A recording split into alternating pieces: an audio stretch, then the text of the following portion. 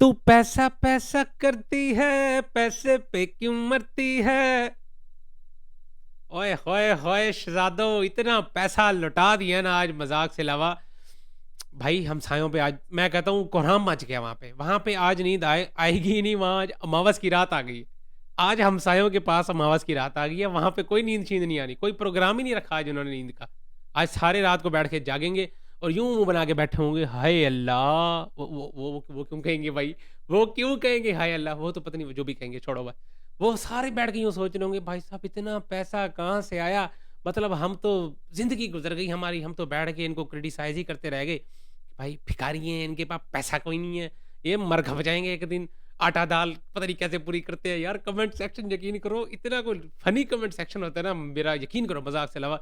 खासकर इंस्टाग्राम पे मैं अगर देखूं तो ऐसे को मैं कहता हूँ जालिमाना और कातिलाना मैसेज आते हैं ना, यकीन करो पढ़ के मजा आ रहा होता है।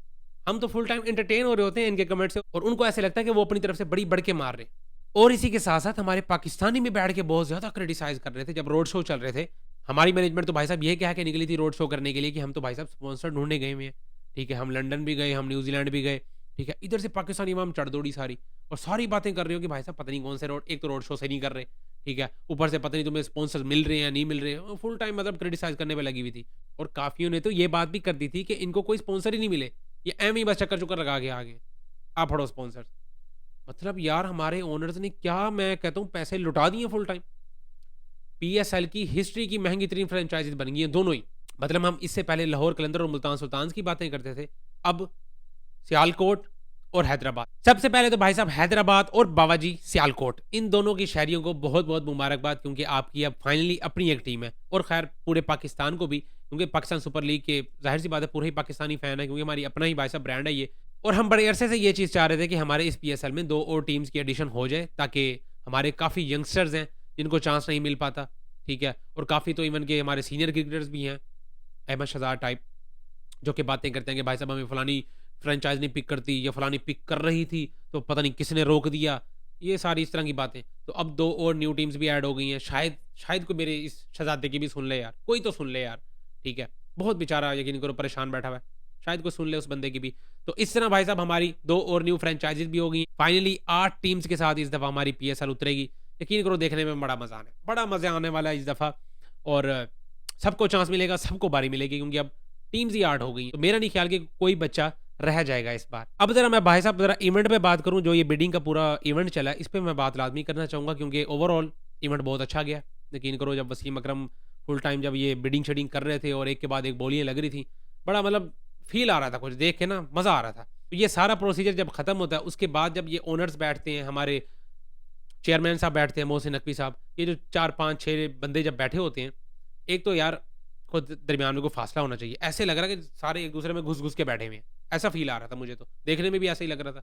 ठीक है भाई, दुनिया देख रही है, हम यहाँ बातें करते नहीं थक रहे कि भाई साहब हमारी इतनी महंगी महंगी फ्रेंचाइजीज बिक गई हैं, यहाँ तुम्हारे पास कुर्सियाँ रखने के लिए जगह नहीं है। भाई थोड़ा स्पेस दे के बैठाओ सबको। चलो इसकी तो खैर है, लेकिन ये जो माइक वाला सीन था भाई साहब, मतलब एक ओनर बात करके हटता है, इधर से माइक उठा के दूसरे ओनर के पास रखना पड़ता है, क्योंकि उसके पास माइक ही नहीं है। 2 तो माइक रखे हुए थे मेरा ख्याल है, 2 या 3 माइक पड़े हुए थे सारे।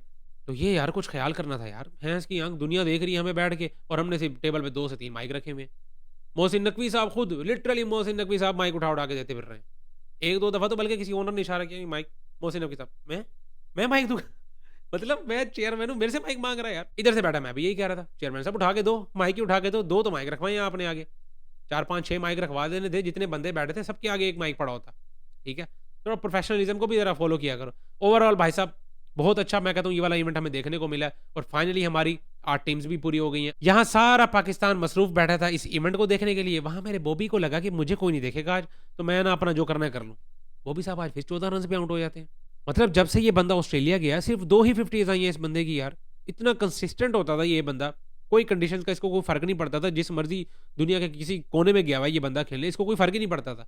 ये बंदा जा रहा है, अपना स्कोर तो एटलीस्ट करता था ना, ये तो सब मानते हैं, ये तो हेटर्स भी मानते हैं।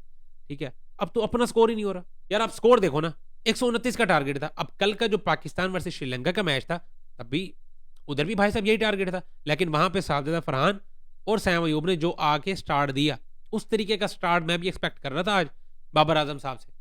लेकिन वो शहजादा तो कभी इधर कभी उधर, और जब एक टुनटुने पे बॉल लग गया एज लग के एक भाई साहब हेलमेट पे बॉल लगा, उसके बाद बाबर आजम साहब सुकून से फिर सीधे हो गए ठक ठक ठक लगाने पे। मतलब रिजवान वाली रूह आ गई थी उसमें। अब तो यकीन करो तमाशा ही बन गया। हमारे वैसे पाकिस्तानी सितारे गए हुए तो हैं बिग बैश लीग को चमकाने के लिए। यकीन करो ऑस्ट्रेलियंस ने पाकिस्तानी सितारों को रख तो लिया है, उनको सिर्फ एक ही फायदा हो रहा है क्योंकि व्यूशिप बहुत अच्छी जा रही है बस। बाकी उनके जो फ्रेंचाइजीज हैं वो जलीली हो रही है क्योंकि परफॉर्मेंस वाइज हमारे सितारों की परफॉर्मेंस कुछ भी नहीं है। सिर्फ हसन अली अच्छी बॉलिंग करता हुआ नजर आ रहा है कुछ हद तक, या फिर हमारे हारिस रऊफ साहब।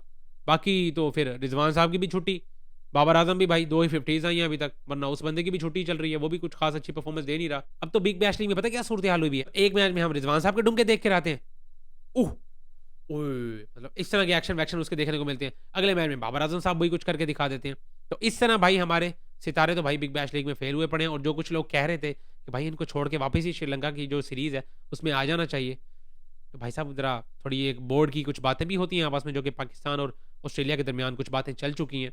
तो शैडी की तो चलो डंडा अड़वा के हमने उसको ले आए क्योंकि हमने उसको टीम में रखना था, हमने उसकी जगह लाजमी बनानी थी वर्ल्ड कप के लिए, तो उसका ज़रूरी था श्रीलंका सीरीज़ खेलना। लेकिन बाबर आजम, हारिस रऊफ और बाकी जो भी हमारे प्लेयर्स हैं उनका फिर भाई साहब मुश्किल हो गया। इससे पहले आपको पता है शाहीन शाफरीदी वैसे ही इंजर्ड हो गए हैं, तो फिर उन्होंने भाई इतना क्यों खर्चा किया, इतने जो पैसे उन्होंने भरे हैं किस वजह से भरे हैं। तो ये सूरत हाल थी भाई साहब आज के दिन की। और सबसे महंगी तरीन पीएसएल की फ्रेंचाइज कौन सी है जी? बाबाजी सियालकोट 18.5 बिलियन की।